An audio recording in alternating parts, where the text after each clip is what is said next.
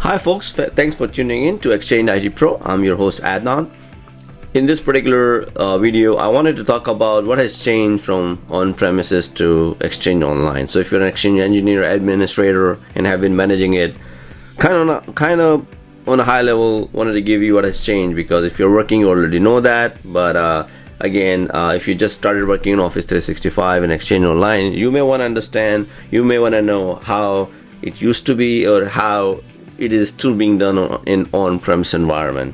There could be a situation you have to deal with both environment, but this has changed and it's a significant changes. First thing first, when you move from Exchange on-premises to Exchange Online, so on-premise environment, basically there is no more hardware. So if your company is planning to move to 365 or already using it, you probably really do not need any hardware on premises. So that's being said, there is no need for any storage. So usually email requires a lot of storage where people run out of their email quota. So usually it could be 1 gigabyte or 2 or 5, but when you go to Exchange Online, you have unlimited storage on archiving, plus you get a 50 GB of mailbox in your depending what type of subscription you have. So these are the most common offered storage. And then so basically the more the user you have, you don't have to plan for storage for the on-premise environment. So today you might have 5 users or 50 users, and down the next 2 years you might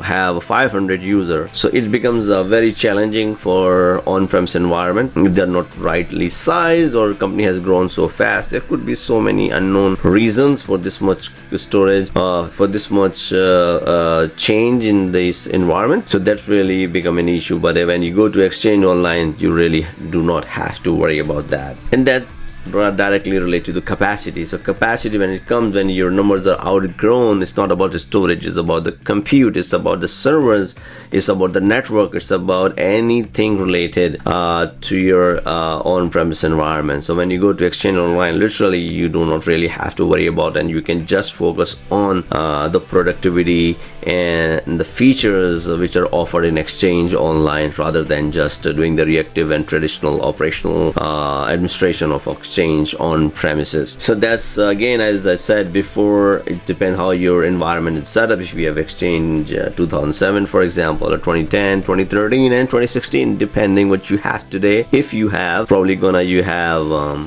database availability group configured, but when you go in Exchange Online, you don't even see that option available anymore. You don't even see the number of servers. So when you go to GUI environment, of course there is DAG configured. When you run the PowerShell in Exchange Online, you'll see the number of servers. So architecture is there, but you don't have to worry about number of the servers in a DAG, where they are located, and all that stuff is taken care for you with the Microsoft services. So no more, one less of a headache to worry about. That's again goes back to replication indexing. Gone were the days where you had to rebuild indexing if there were any issues with the replications caused by due to network latency or disk or anything. But that's being said, if you're in Exchange Online, you don't really have to deal with that. And in the GUI environment, you don't really have let's say access to any of the physical servers. So it's all being taken care by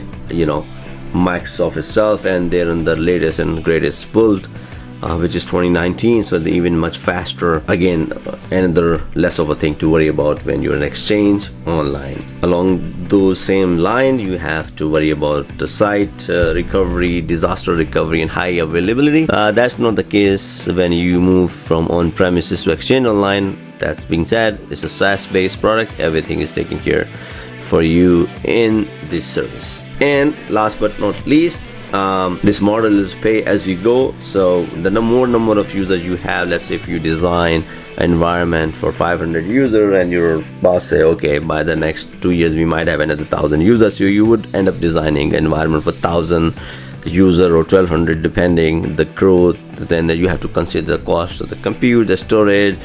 You have to do a lot of stuff, then you invest accordingly. But what if company does not grow as you plan, but you already invested all of money in the hardware, and then your company does not grow from 500 users to 1,000 users, and you end up having only 200 users next 2 years if the business is not good.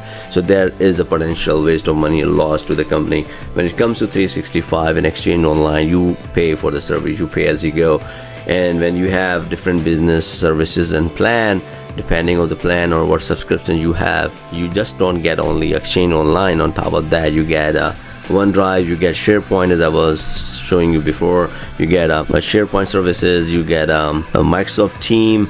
So all those productivity feature you get in the service, not just Exchange Online. So Office 365 offer you a lot more than just the mailbox, which is maybe one piece out of like 8 or 10 services offered in Office 365 services. So that being said, when you move Exchange on-premise to Exchange Online, you get a lot of product in that bundle. As an Exchange administrator and engineer, you might be thinking, if looking at this, you really don't have to worry about any of this regular maintenance and patching of the servers and all that stuff, the weekend stuff you have to do, you have to plan. Once you're outsourced, once you put everything in the cloud, you're literally just managing the business capability, the feature which enables your businesses and empower your user to get the most work done, what they need. That's the beauty of the service.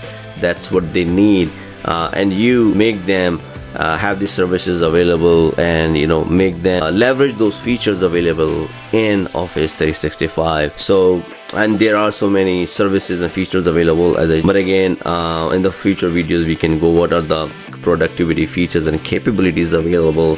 But I wanted to give you understanding how different it is now when you're coming from on-premises to Exchange Online, and there's a lot to do in Exchange Online, and then it comes with more features. Let's look into the next slide.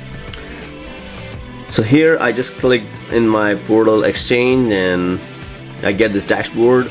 As you can see, I do not have any here information about the servers. It shows me organization. I do not have any hybrid configured here. There are some compliance management permissions. So these are the options available, and it will be a more different because we are not talking about any hybrid here. But again, just want to give you a high level public folder, unified messaging. There's no hybrid.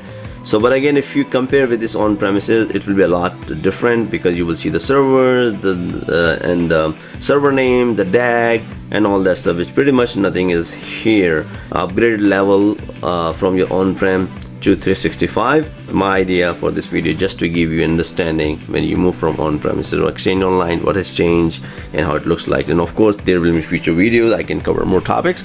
I hope you liked my video. Please do subscribe so you will be notified for new future videos. If you have any comments or suggestions, please feel free to share with me, and do follow me. Thanks for watching. Bye.